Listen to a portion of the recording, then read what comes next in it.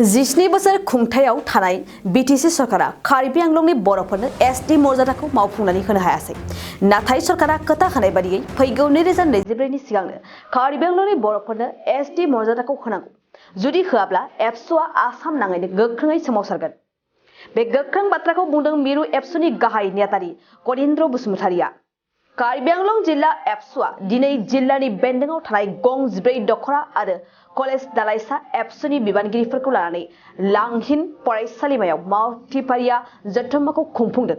जिल्ला एबसुनि आफादगिरि मुस्रि कल्याण राभा ब्रह्मनि मासि लानानै सामलायनाय मावथिफारिया जथुम्माखौ बेखेवनानै होयो मिरु एबसुनि लोगो गाहाय नेहाथारि दिनेश ब्रह्मआ। बे मावथिफारिया जथुम्मायावनो मिरु एबसुनिफ्राय बुंथिगिरि महरै बाहागो लायो लोगो आफादगिरि खोरोमदाव वारि, बोसोनगिरि खुंख्रा सरगायारि आरो गाहाय नेहाथारि कनिन्द्र बसुमतारिया।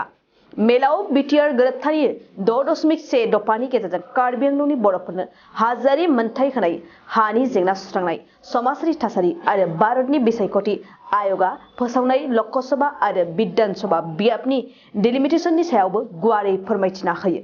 मख'नो गोनांदि कार्बि आंलं जिल्लानि लांहिन नोगोराव खुंफुंनाय मावथिफारिया जथुम्मायाव मिरु एबसुनि आरो जिल्ला आफादनि गोबां दैदेनगिरि आरो फरायसाफोराबो बाहागो लादों।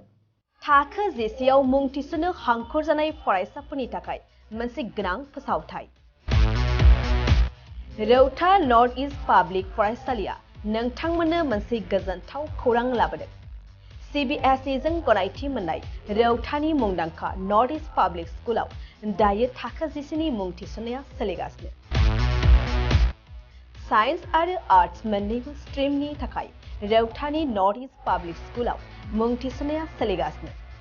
बे फरायसालियाव थाखोनि फराफारि आयदा फोरोंथायजों लोगोसेयैनो JEE, NEET, CUET, engineering, medical entrance आनजादनि थाखाय उफ्रा फोरोंथायबो होनाय जायो। बे फरायसालियाव बिजाब बाख्रि, फरायसाफोरनि थाखाय हस्टेल आरो गेलेनाय, मोसानाय बायदि बायदि केरिकुलार एक्टिभिटिसनि सुबिदा दं। गोसो गुदुं फरायसाफोरा दिनैनो दानो नैबे मबाइल नम्बर 8638605769 नङाब्ला 9435184298 आव थोंजों सोलोंनो हागोन।